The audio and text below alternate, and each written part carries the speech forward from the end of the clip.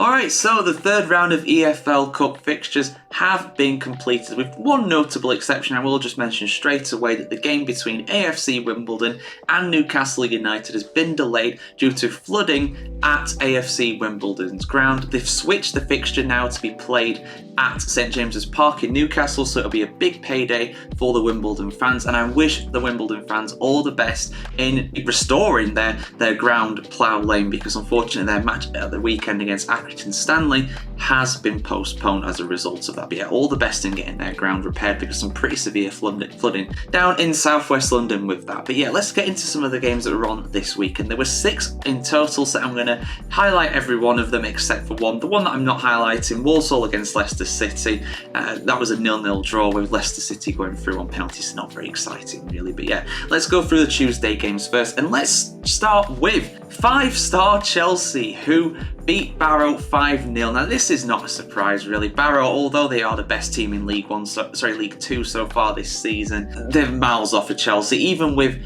a reserve side out, even with a second string side out, Chelsea won this one very comfortably. Christopher Nkunku with a hat-trick in this one, Paul Farman scoring past his own keeper for Barrow, and also Pedro Neto getting the 5th goal there as well. So yeah, a very comfortable night for Chelsea. Doesn't really tell us anything, to be fair. I mean, you'd expect them to win that one comfortably, and they did so. Next up, we're going to go to Manchester City, very much licking their wounds after both Rodri is injured, and also they didn't manage to beat Arsenal at home in the league at the weekend, but they did manage to win this one. They were the dominant side overall, but the scoreline was a tight one in the end. Jeremy Doku getting the opening goal, and then Mateus Nunes making it 2-0 before half-time. City dominated this game in terms of both chances and possession, as you would expect, but Watford, their only shot on target, Tom Ince coming 5 minutes from time. They actually scored with their only shot on target in the entire game. The Championship side do go out, but that is a very encouraging sign from a side that has started very well this season under Tom Cleverley. Next up, we'll go with the final of the matches that I am highlighting from Tuesday. Wycombe Wanderers against Aston Villa. Now, Villa are competing in Europe again this season in the Champions League. They've started the Premier League season very well this season, but this was actually a pretty tricky game for them, really. 0-0 at half-time. Buendia and then John Duran with a penalty in the second half made it 2-0 to the Villains. But a late goal, a 95th minute goal from Richard Kone for the Wanderers, did end up getting a goal back for them. It was 2-1 in the end. Villa, in truth, again dominated this game in terms of possession, but chances wise Wycombe actually had more. They had opportunities to be able to take this one to penalties. Still though, they are a League One side. They are coming up against one of the best sides in England in this. In truth, it was a very much an uphill task, but Wycombe can definitely take some solace in that performance, some encouragement in that performance from them on Tuesday. Let's go to the Wednesday game next, and I'll start with Liverpool against West Ham. Now this was actually quite an awkward match, at least early on. It was a 5-1 win for Liverpool, a repeat of the scoreline from their Carabao Cup game against the same opponents last season.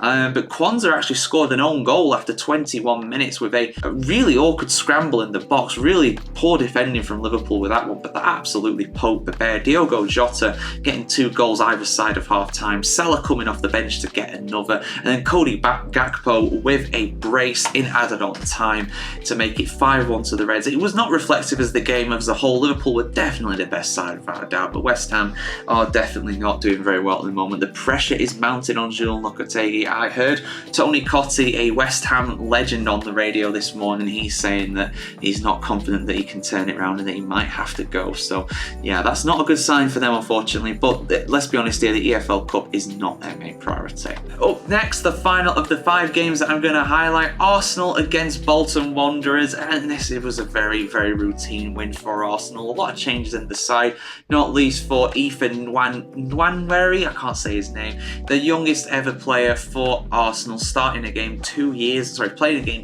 ago, at 15 years of age, only 17 now, getting a brace in this match.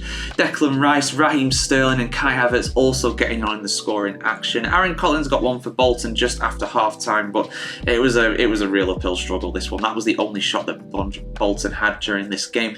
Also, shout out to the goalkeeper as well, Porter, the youngest ever starter for Arsenal, just 16 years of age, and almost keeping a clean sheet in his debut for the Gunners. So yeah, Arsenal go marching on to round 4. And just to give a quick mention to the draw for the fourth round, a combined round and draw there. But yeah, just to give a shout out to the next round of the Carabao Cup. It's going to be played in the week commencing the 28th of October. The draw is as following: Tottenham Hotspur against Manchester City. That is the real highlight tie, I think, in this one.